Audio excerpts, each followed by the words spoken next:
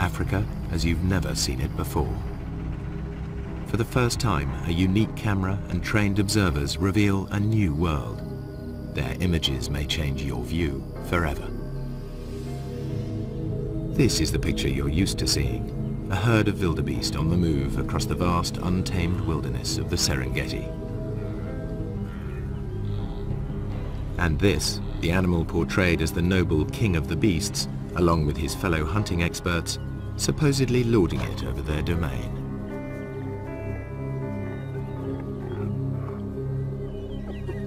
While the laughing hyena normally gets a bad press as a sneaky scavenger, an ugly coward. Usually too, humans are kept out of the shot, yet the presence of the Maasai and of their cattle affects the whole balance of nature in this area. Now, the most sensitive low-light camera in the world shows you truer images.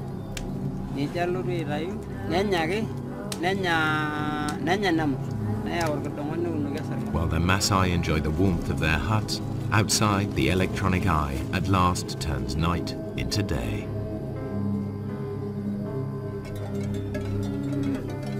In the pitch black, unexpected scenes challenge conventional expectations.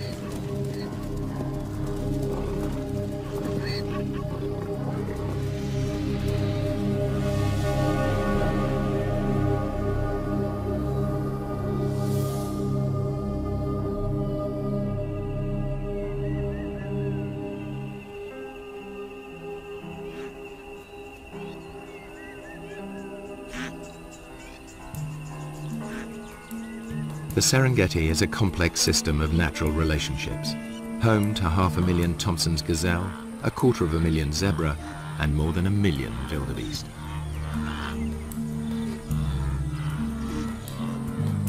The wildebeest are the stars of the spectacular migrations as they follow the rains to lush grasslands. This is the greatest concentration of game in all Africa.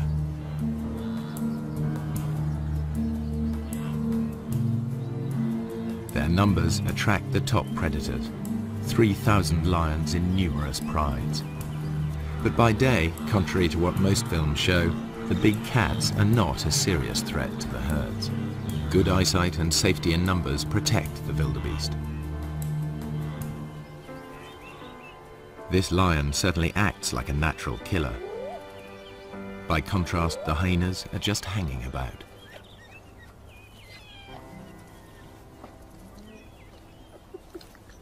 In fact, he didn't make the kill. He stole it from more skillful hunters. The blood on their faces proves just who did make the kill.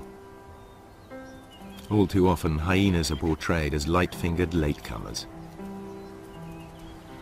Yet, while the hyenas were feeding, the Prince of Thieves appeared.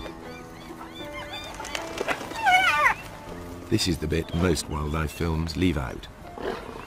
Lions pinch the hyena's prey. Far from scavenging for a living, 9 times out of 10, hyenas make the kill.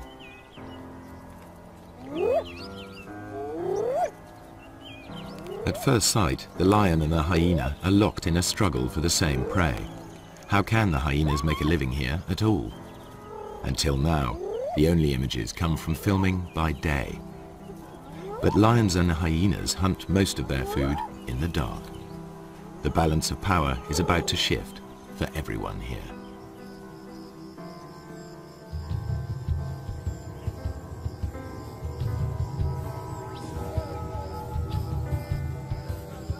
Serengeti straddles the border between Kenya and Tanzania.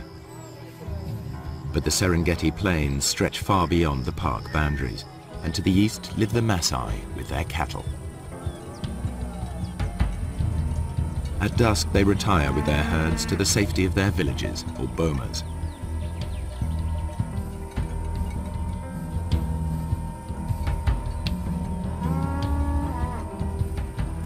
A wall of thorns keeps thieves and attackers away from their cattle and huts. The Maasai rarely venture out at night, except in force.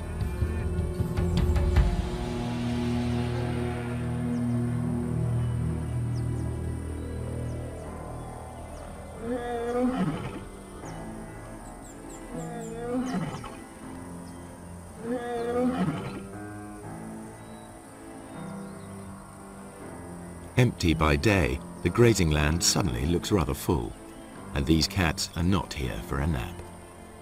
This is the only camera capable of recording what now happens. Technology also allows researchers to make a call to the animals themselves.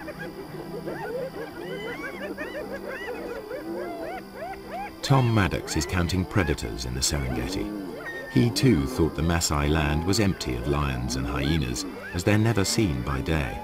But Tom soon got a shock. Now he prefers to make his observations from the safety of his Land Rover.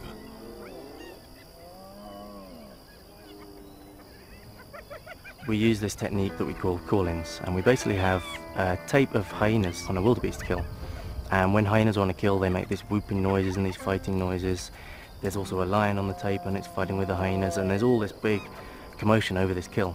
And we play this tape on speakers on top of the car.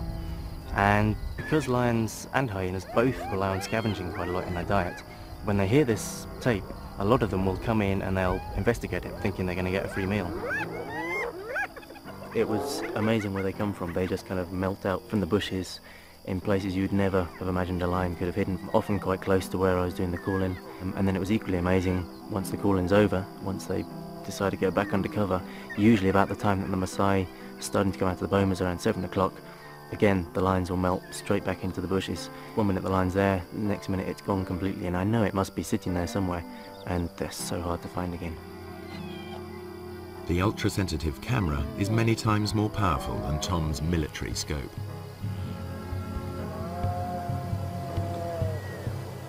Inside the Serengeti you can drive around and you can see hyenas and lions. They're very obvious throughout the day. Outside the national park, that doesn't happen. You can drive around for days and days and not see any. The fact that there are any lions at all on the Maasai's land is surprising. So far, I'm finding an extremely high number of lions outside the park. In fact, it's comparable to certain areas within the park. So lions are actually doing extremely well in an area where people are living and working and grazing their cattle, which to me was extremely surprising. Hyenas are also extremely common. Compared to inside the park, there were fewer, but there are still a sizable number thriving outside the park, and you will actually see them when you drive around in the evening. The hyenas are usually pretty visible. No wonder the Maasai report meeting wild animals frequently, even by day. Another worker on the night shift is Paula White. She's interested in studying hyenas in this different world, to learn how they and the lions carve up each other's catches. And like her quarry, she follows her ears. I'm going out to see if I can find some hyena kills. Take a look at how many clan members are on the kills and whether or not there's any clashes going on. I'll also be looking for lion-hyena interactions because I'm really interested in how the two species interact down here with all the game present, whether or not they're still more likely to steal each other's kills or whether they're more likely to go after a new animal of their own.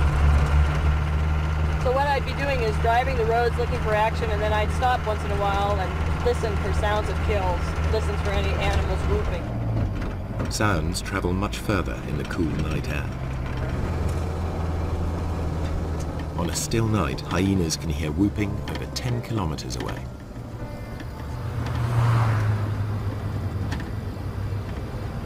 I think lions too are attracted to that sound and a number of other groans and squeals that usually accompany a hyena kill. It's a really exciting scene.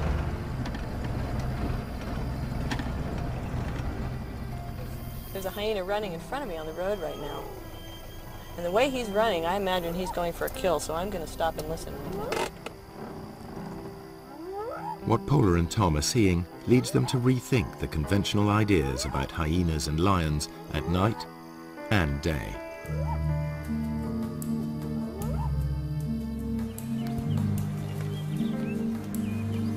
The Serengeti's two top predators both hunt zebra, wildebeest and gazelle. It's a mystery how they survive when they appear to compete for the same prey. Usually in nature, two competitors can't share the same food supply. There simply isn't enough for them both. Yet they both thrive, and although lions and hyenas share the same diet, the two animals are very different. The one thing they have in common is that their societies revolve around the females. Among cats, lions are unique in the way they live together. Most cats are solitary. Lions form small groups, prides. At the heart of each pride are relations, sisters, cousins, and aunts. Strange lionesses and their cubs will be attacked.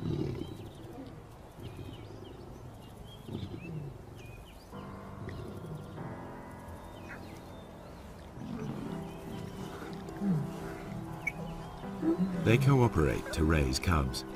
Lionesses will even suckle cubs of other pride members.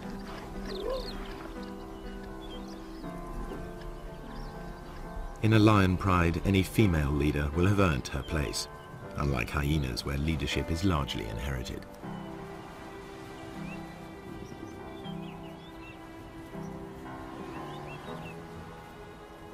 At times the males are absent, at others they hang out with the females.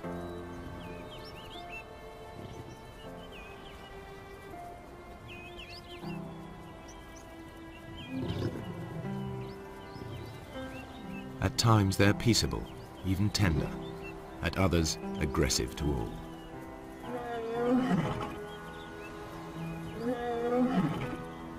In spite of their smaller size, lionesses not only retaliate, they may even pick fights with the males.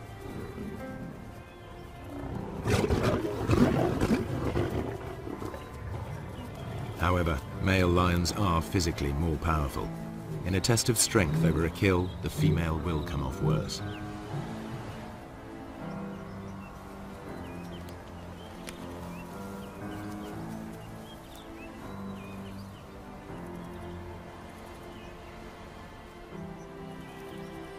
Spotted hyenas live in large clans, averaging 50 or more members. But the whole clan is not always together. Individuals and small hunting groups spread out over the plains in a living net.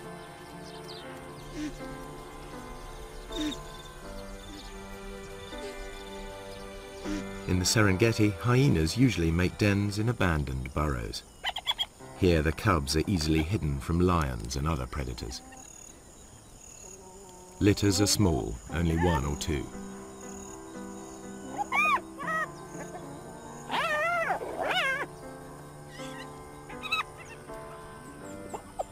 Hyena society is maintained by the rank that each animal inherits. If mum is high-ranking, they'll be high-ranking too, provided they've inherited her strength as well. Females may fight females, but males hardly ever fight amongst themselves, and certainly wouldn't dare attack a female. Clan life is ruled by the females, who are almost a quarter bigger than the males.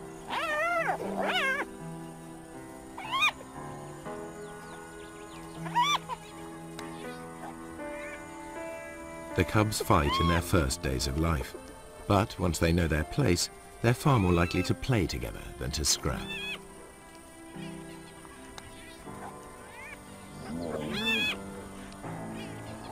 The males can behave as best friends, even if they're members of different clans. Hyenas' behavior is highly complex.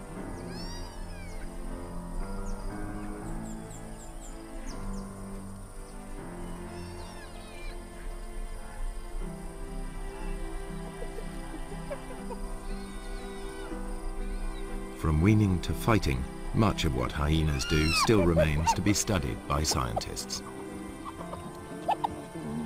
Nonetheless, the most marked difference between hyenas and lions is in how they hunt. All animals built for the kill hunt in the same basic sequence. They begin by finding their victims. Next, they single out a target by scanning the herd. Later will come the approach, then the contact, finally the meal.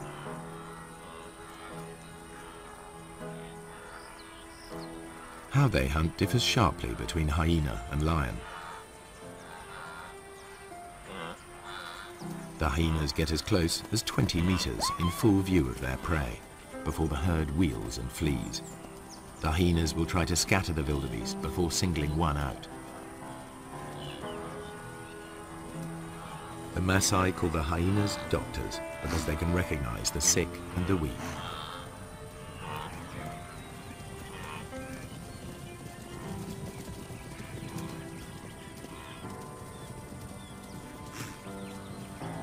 They run down their prey like wolves. Hyenas are endurance hunters.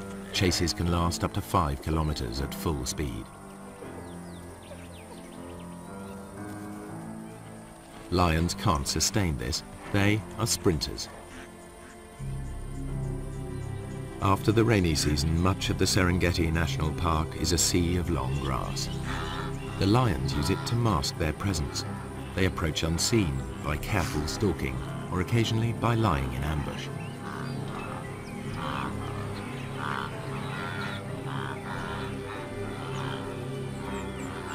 Outside the park, where the Maasai graze their cattle, the grass is shorter.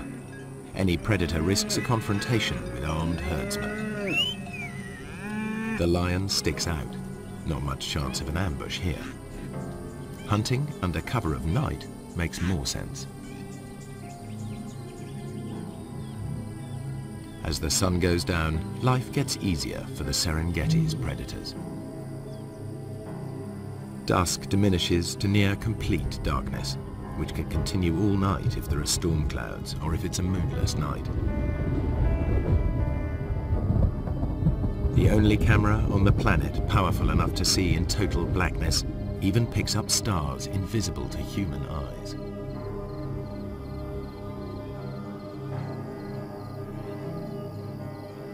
Suddenly, the landscape is illuminated as if by searchlight. Even so, humans can still only just pick out shapes. But to the grazing animals, it's as clear as day.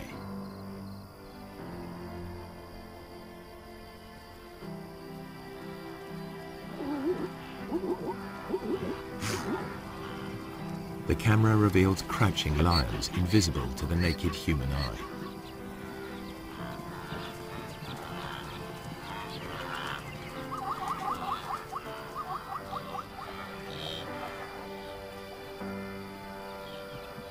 A night ambush could prove more successful. These two lionesses have detected a herd of wildebeest crossing a track.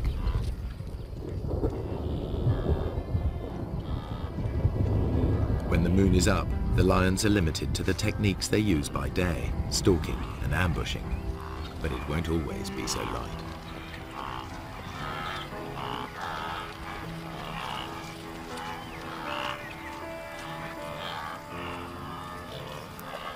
The pair near the crossing point and squat down, well screened by vegetation. One crawls into position to jump a victim.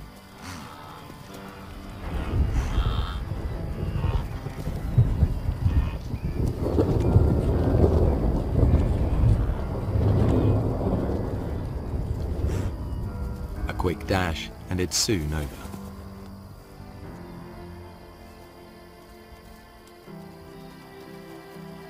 Although these lionesses have been successful, the moonlit night is rarely the best time for hyenas to hunt. The cool of the night air allows them to keep on running, something the easily tired lions cannot do.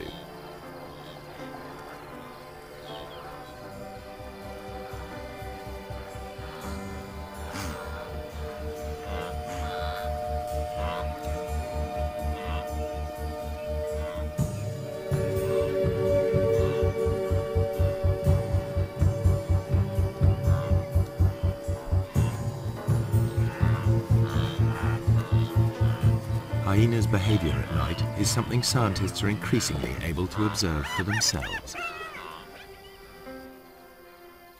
I think I can hear a kill off in the distance, so I'm going to go in that direction. It sounds like there's lions coming in as well.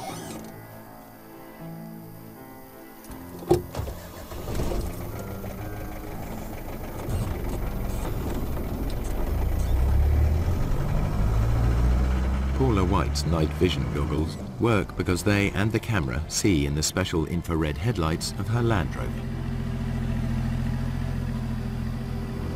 I think the ability to use this sort of invisible light to observe animals, nocturnal animals, in their natural environment is really quite a breakthrough for research. Certainly didn't begin to see the full range of hyena behaviors until I started coming out at night and using this sort of special equipment.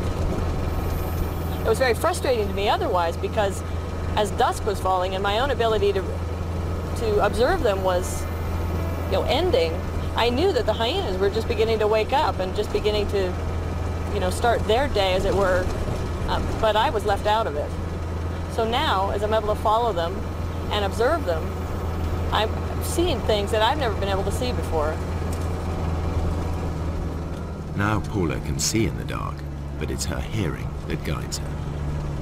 You often hear hyenas whooping at night, and that can mean any number of things. They're advertising their own location, they're trying to find other clan members. But the one sound that you really associate with a kill is a giggle. And actually that's where the term laughing hyena came from.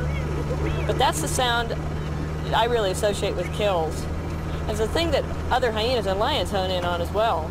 So really, driving around like this at night, using this enhanced vision and listening for kills, I'm behaving very much like a hyena, and there's one right now. I can see it going through the grassland.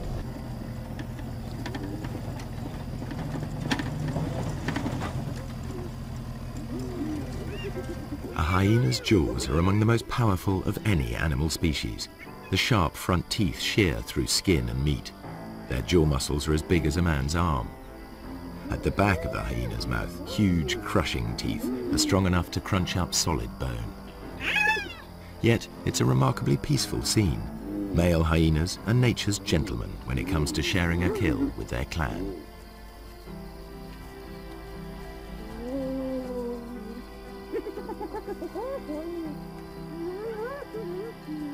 Although the hyenas gulp down their meal, lions arrive in time to take the food from their mouths.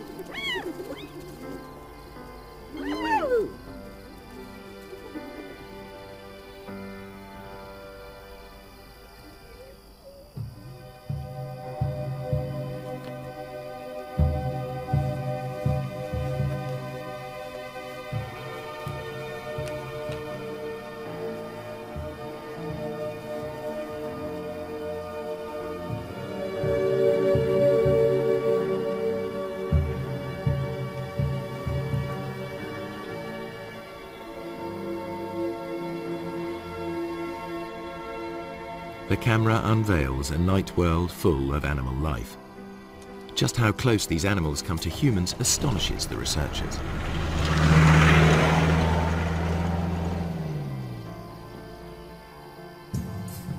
I found a cheetah quite late in the evening. Sometimes the male cheetahs will stay active quite a long time into the night, and so I was following him.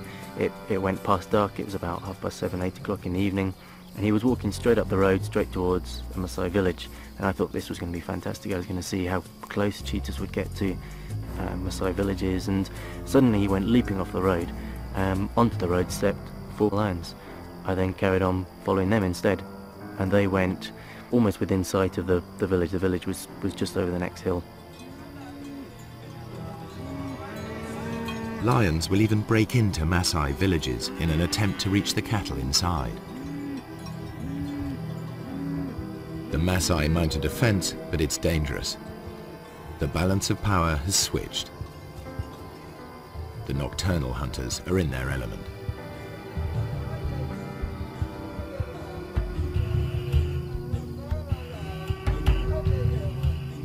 There are burglars about. The guard dog is aware of the hyena, but the Maasai will register its shape only dimly.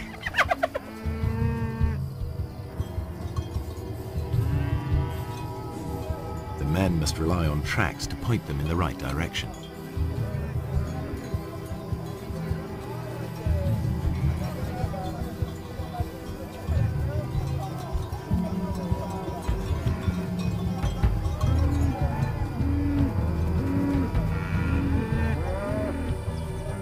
During the attack, a cow was killed and dragged off.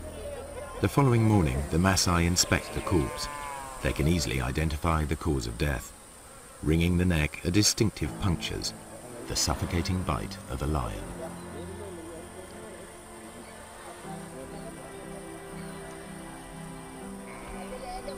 The culprit also mauled a warrior. The wounds could quickly become infected. The tribal doctor cleans the site thoroughly, without anesthetic.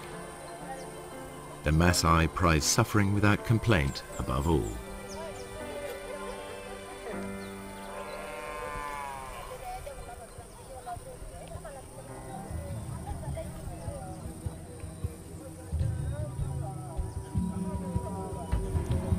The lion's assault will trigger a deadly surge.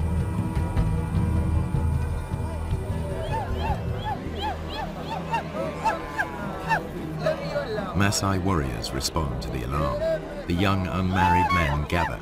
This is what they've been training for years.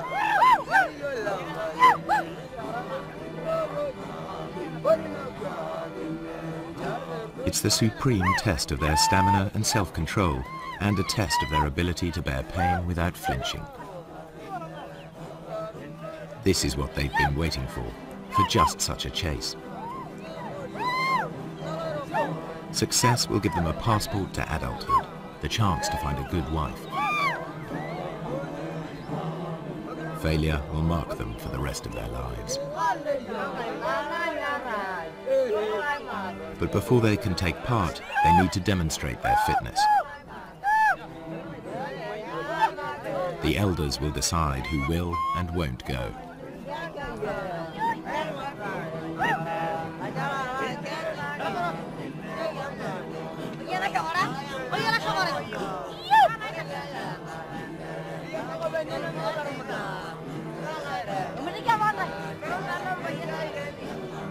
The warrior group arrives at the settlement where the cow was taken.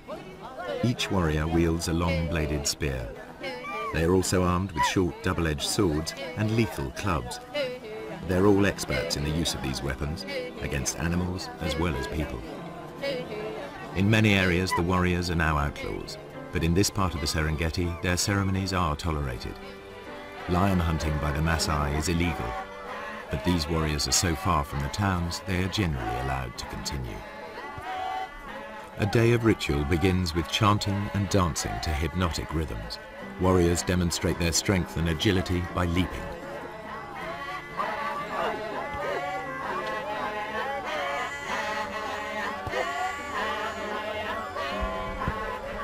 Fueled by intoxicating herbal drinks, they dance into the night.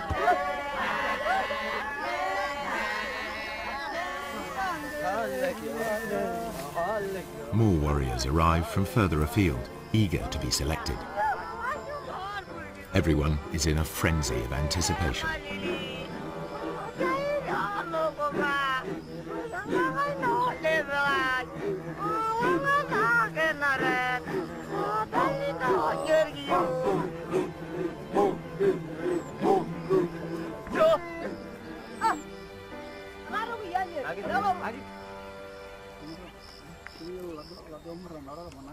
Ole Lembikas, a village elder, addresses the warriors.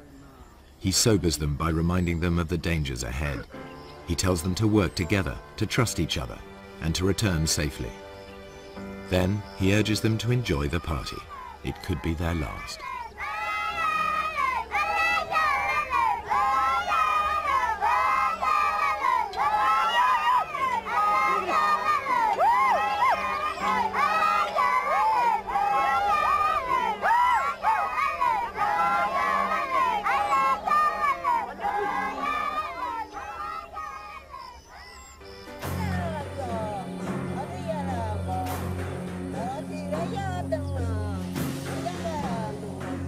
In the morning, two hunts unfold far apart.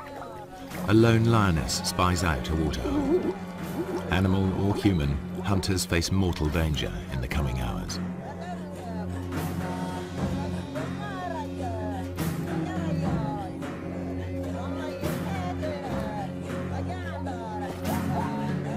For lions, daytime hunts are the most difficult. For filmmakers, this is when it's easiest to film. So this is the image that's so often repeated. Prey unaware of the lioness hidden in the grass.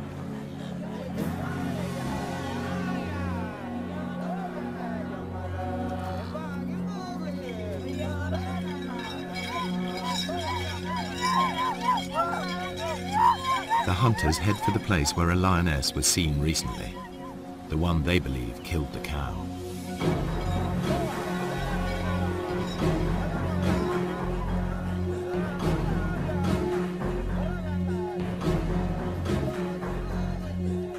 crowds are busy drinking.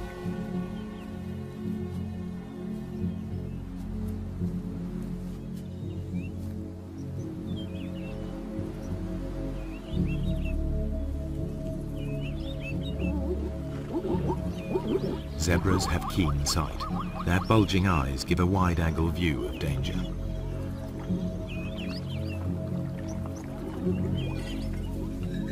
Lions hate and fear Maasai. The bells around the warriors' ankles make it clear to any lions they're coming.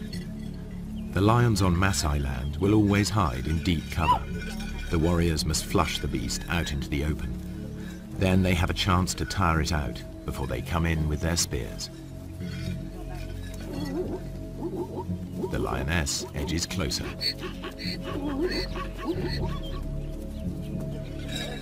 The warriors' search may last all day, covering up to 40 kilometers. The lioness's prey is within 30 meters.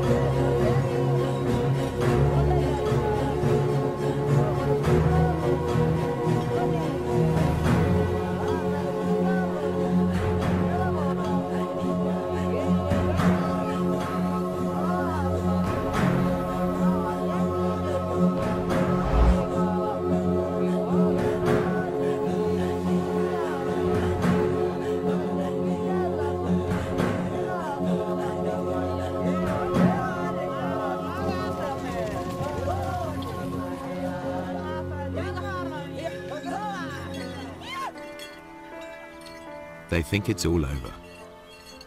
The warriors head back empty-handed. The lioness returns to collect the cub she left earlier.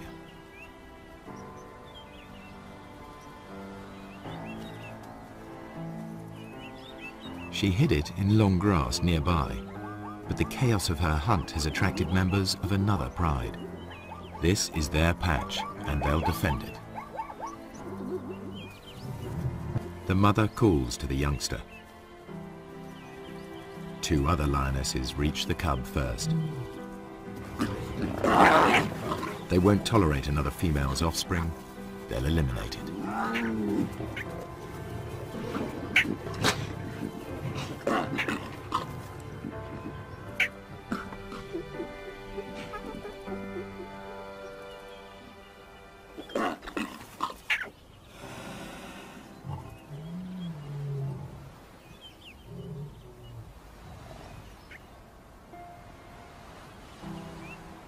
This is not about hunger.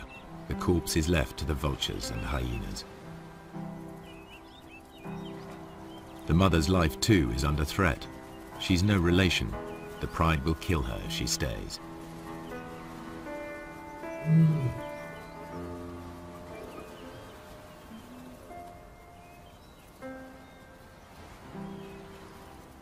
Outnumbered, without a territory of her own, she heads yet further away from the park. When lions roam, they are at risk, and so are their pursuers. What you're about to see has never been shown before. A tourist's camera videos the end of a hunt. A lion is cornered. There seems no way out.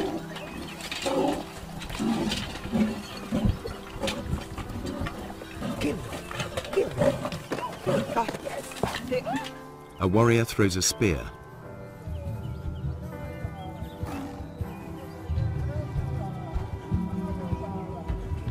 The tables are truly turned. Teeth and claws strike home.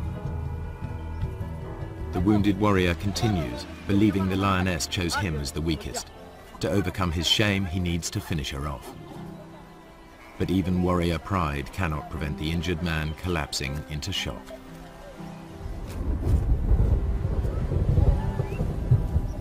Meanwhile, the lioness dies of her wounds. She's wearing a radio collar, a park lion. Two different worlds clash. The Maasai collect a trophy, the scientists collect data. Each sees the lion in a different light. It's not a romantic, we like to live with wildlife kind of situation, but they never do something to the extent that if a lion is being a problem, they don't go out and try and kill every single lion that they can find in the entire area. I have great respect for them for tolerating them to such a great degree. In truth, the warriors have made a lethal mistake.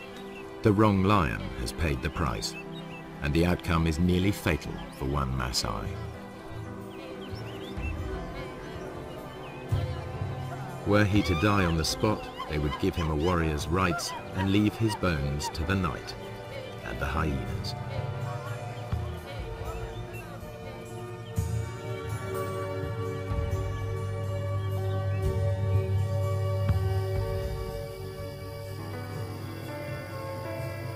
Night is the time of the four-footed hunters. Most hours are clouded over or feebly lit by faint stars.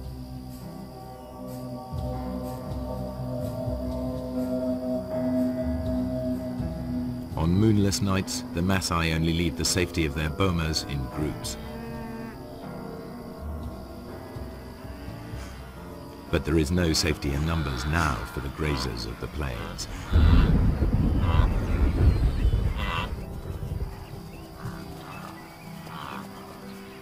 The darkest hours of the night see restless action. Animal hunters are about in numbers never seen during the day. Spooked, the herds of wildebeest, zebra and gazelle burst into panicky runs. They fear lions and hyenas are nearby, but only the camera can see them.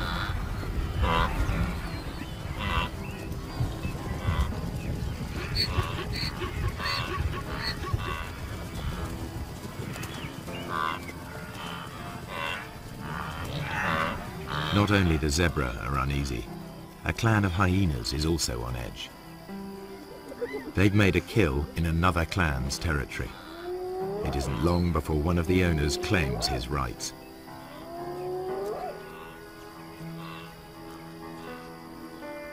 He calls for support from the other residents.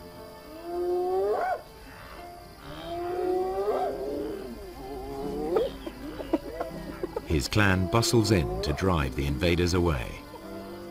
They bolt the meat while they can. Other threats may arrive to challenge them in turn. They remain watchful. This is truly fast food. The invaders will be back to recapture their meat. You can see this clearly in infrared light. But how do the animals see in these conditions? Like all the animals here, their eyes appear to glow. A mirror-like membrane doubles the available light. Then their brains enhance the images, filling in the gaps to see detail more clearly. The newcomers soon return in force. The prize seesaws between them until it's all gone. But with so little light, even their superb night vision is challenged. This is as close as you can get to seeing through their eyes. It gives an idea of how they can operate in this dark world.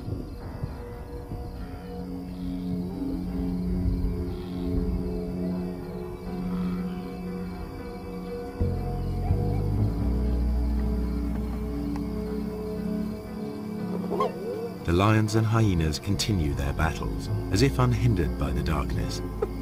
Once again, the lions have stolen the hyena's kill, but they all appear to be able to see exactly what's going on.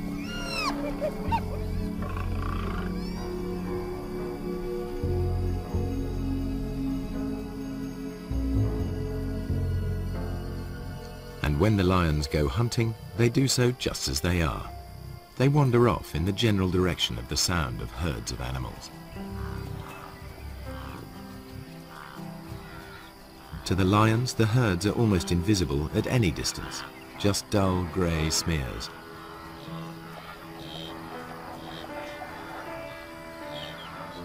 But they can locate the grazers easily by sound and smell.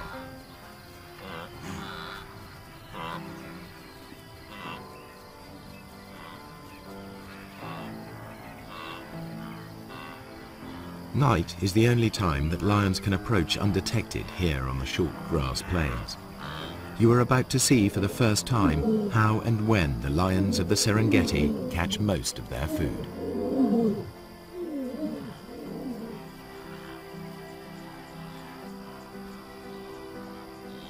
A Tommy dips his head to see whether or not he can see danger silhouetted against the sky.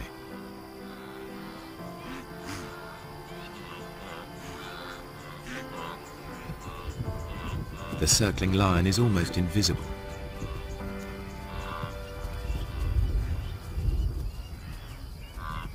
Bathed in infrared light, it stands out.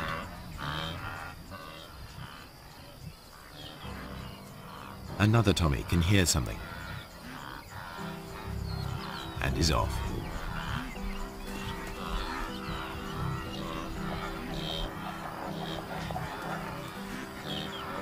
The lion's game plan is always the same.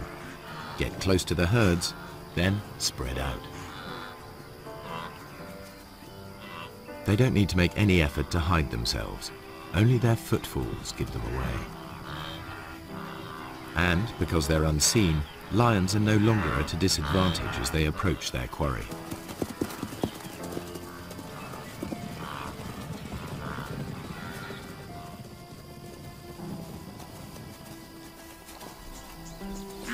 Two young males take a small zebra with ease.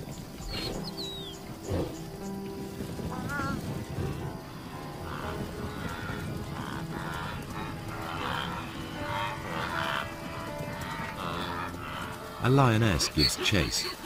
A high kick lets her quarry escape.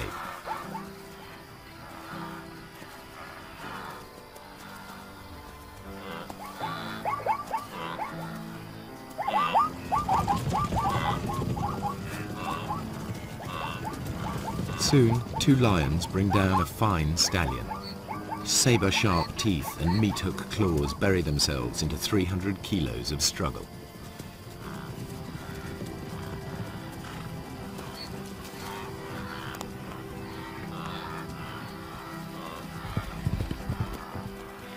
One lion grips the throat in a stranglehold, the other prepares to feed.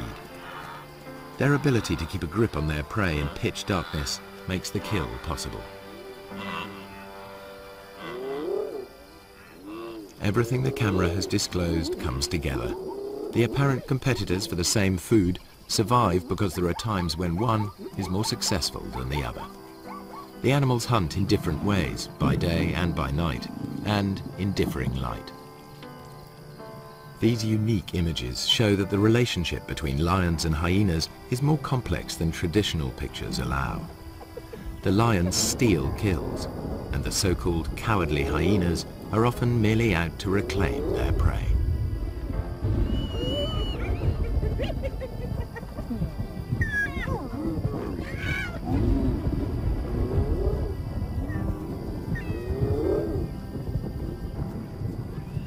Don't say you've never seen a brave hyena. A thieving male lion is forced to take them on. The hyenas persist even though a single blow could be fatal. This frequent nighttime behavior has never been recorded before.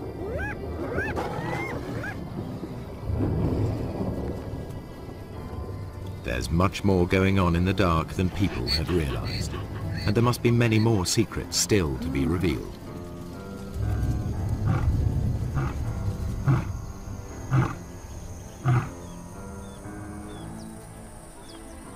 At dawn, the Maasai dismantle the thorns barricading the entries to their bomas.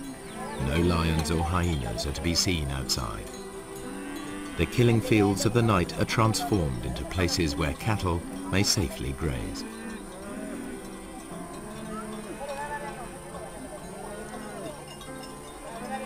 By day, everything is in the Maasai's favor. The cool of night and the light of the moon are ideal conditions for the hyena, a long-distance runner. But the darkest nights belong to lions, which can rely on built-in weapons and brute force. The truer picture that has emerged applies by day as well. Hyenas can kill when lions are too conspicuous, and it's the lions that are the scavengers. In the end, they don't so much compete as coexist, hunting in different ways and at different times. In the centuries that the Maasai have dwelt on the plains, they too have found a way of treading lightly on the land. Now, droughts and overpopulation bring challenges to their old ways.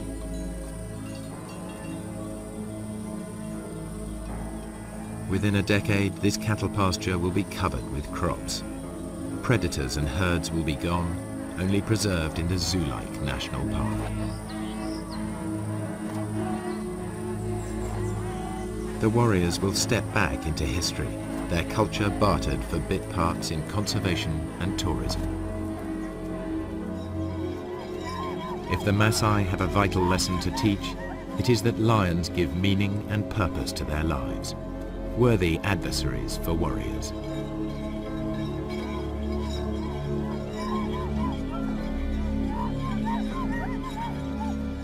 Their spears are already being beaten into plowshares.